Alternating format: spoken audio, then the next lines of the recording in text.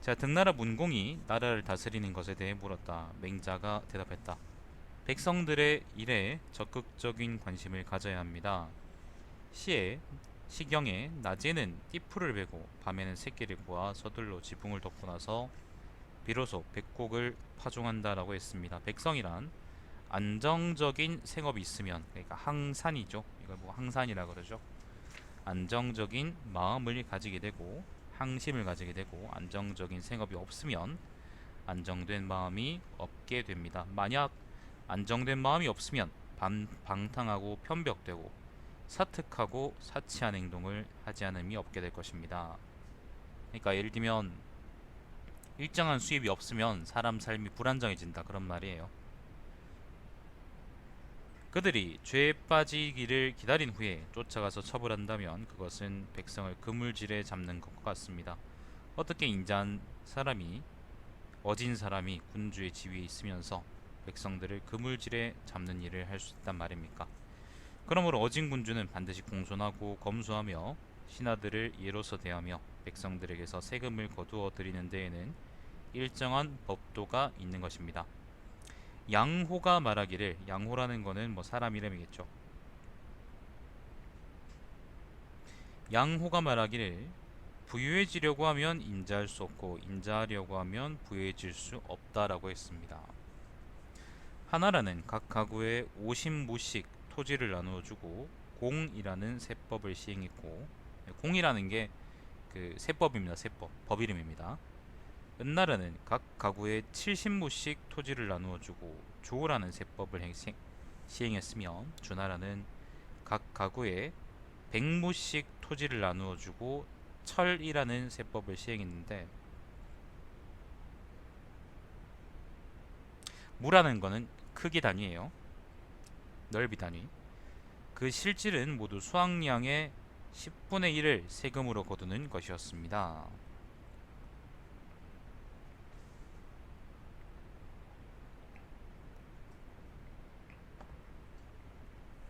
철은 천하에 보편적으로 적용한다는 것이고, 조라는 것은 백성의 노동력에 도움을 받는다는 것입니다. 옛날에 현자했던 용자는, 용자도 사람 이름이겠죠. 토지를 다스리는 데에는 주법보다 좋은 것이 없고 공법보다 나쁜 것이 없다라고 했습니다. 공이란 여러 해 동안의 수확을 비교해 일정한 평균치의 세액을 확정하는 것입니다.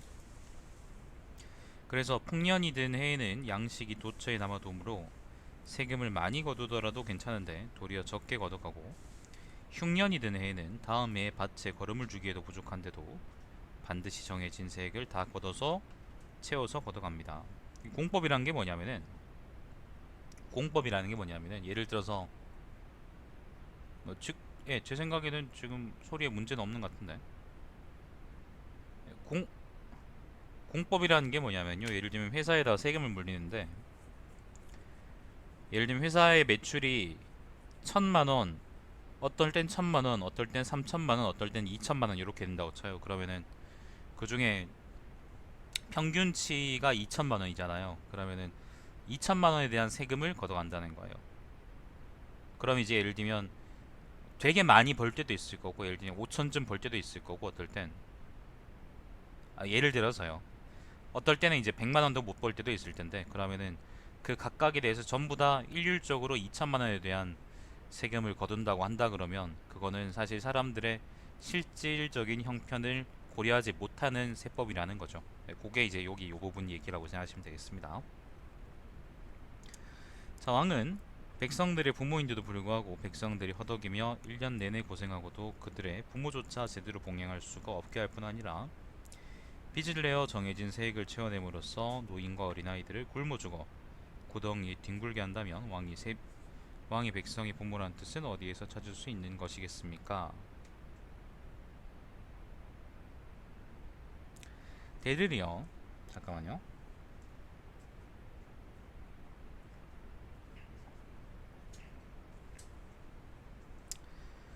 대들이요. 복록을 주는 제도는 원래 증나라도 시행하고 있는 것입니다. 시경에서 우리 공전에 비를 내리고 우리 사전에도 내리소서라고 했습니다. 조법은 오직 공전에서만 적용되는 것인데 이 시를 통해서 볼 때 주나라도 역시 조법을 시행했던 것입니다. 여기서 조법이라는 건 아마 지금 글 내용상 정전법을 얘기하는 것 같아요. 정전법. 공전 사전 나온 거 보니까, 그러니까 이게 땅을 9개로 나눠가지고 그 중에 한 개는 농사를 공동으로 지어가지고 그건 세금으로 내고, 나머지 8개는 각자 지어가지고 각자가 먹을 걸 가져간다라는 거고, 뭐 또 언뜻 보기에는 이제 되게 좋은 건데, 일단 거기에 대한 얘기를 계속하는 것 같아요. 정전제에 대한 얘기. 그래서 공법이라는 건 별로고 조법을 시행하는 게 맞다. 근데 조법이라는 건 아마 정전제인 것 같습니다. 자, 백성의 생업이 안정된 후에는, 그러니까 정전제로서 안정된 후에는 상과 서, 학과 교를 세워 백성을 가르쳐야 합니다. 상은 봉양한다는 뜻이고, 교는 가르친다는 뜻이고, 서는 활쏘기를 익힌다는 뜻입니다. 한나라에서는 교라고 있고, 은나라에서는 서라고 있고, 조나라에서는 상이라 있으며, 학은 하은주 3대가 공통적으로 그렇게 불렀는데, 그것들은 모두 인륜을 밝히기 위한 것이었습니다. 상서, 학교 이런 것들은 전부 다 지금의 학교 같은 겁니다. 배우는 그런 곳이죠. 문화센터 그런 곳입니다. 요가 문화센터 그런 거 있잖아요. 인륜이 윗사람에게서 밝혀지면 백성들은 서로 친밀하게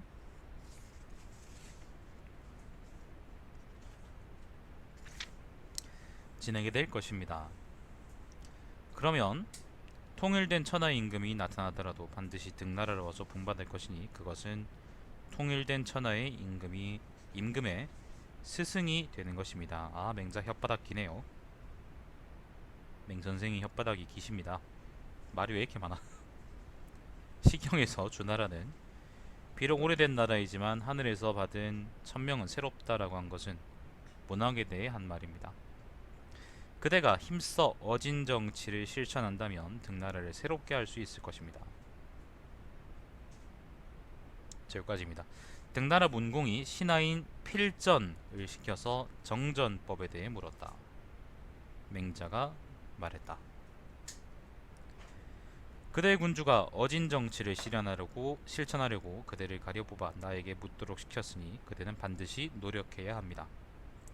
어진 정치는 반드시 토지의 경계를 확정하는 것에서 시작됩니다. 경계 확정이 바르지 않으면 정전의 토지가 균등하지 못하고 토지의 수확에 얻는 복농 역시 공평하지 못하게 됩니다. 그러므로 폭군과 탐과 놀이는 토지의 경계를 확정하는 것을 태만하게 하기 마련입니다. 경계의 확정이 바르게 되면 백성에게 토지를 분배하고 관리들의 복록을 정하는 것은 가만히 앉아서도 할 수 있게 되는 것입니다. 등나라는 영토가 협소하지만 그 중에는 반드시 군자가 될 사람도 있고 야인이 될 사람도 있습니다. 야인이라는 것은 그냥 일반적인 사람을 얘기하는 거죠. 여러분 같은 사람이요. 군자가 없으면 야인을 다스릴 수가 없고, 야인이 없으면 군자를 먹여 살릴 수가 없습니다. 지방에서는 수확량의 9분의 1을 세금으로 정해 조법을 실시하고, 수도에서는 수확량의 10분의 1을 세금으로 정해 세금을 납부하게 해야 합니다. 경 이하의 관리들은 반드시 규전이 있어야 하는데, 규전은 각 가구당 50무씩 주되, 장정이 더 있을 경우는 각 장정당 25무씩을 주도록 해야 합니다. 규전이라는 것은요, 관직에 있는 사람들이 제사에 쓸 곡식을 충당하도록 주는 토지라네요. 이렇게 한다면 죽거나 이사를 해도 마을을 벗어나지 않을 것이고, 마을의 정전을 같이 나누어 경작해 정전에 드나들며 서로 친구처럼 지내고, 도적에 대비해 지키고, 망을 볼 때도 서로 도와주며 질병 걸렸을 때에도 서로가 돌봐준다면 백성들은 서로 친해하고 화목하게 될 것입니다. 사방 각 1, 2의 토지가 한 단위의 정이고, 정전할 때 정이요, 우물정자. 각 정의 넓이는 900무인데 그 정의 중앙을 공전으로 합니다. 8가구가 각각 그 주위에 있는 100무의 땅을 사전으로 하지며, 공전을 8가구가 공동으로 경작합니다. 공전의 농사일을 끝낸 후에 사전의 농사일을 하는데 이것은 야인을 군자와 구분하기 위한 것입니다. 이것이 정전제에 관한 대체적인 내용입니다. 그것을 적절하게 보완해서 적용하는 것은 군주와 그대에게 달려 있습니다. 그래서 문공이 이제 나를 어떻게 다스려야 되냐라고 물었어요, 맹자한테. 맹자한테 물으니까 맹자가 세법이 되게 중요한데 그 세법은 옛날에 정전제를 따르세요라고 얘기를 하네요. 말은 길지만 요점은 그렇습니다.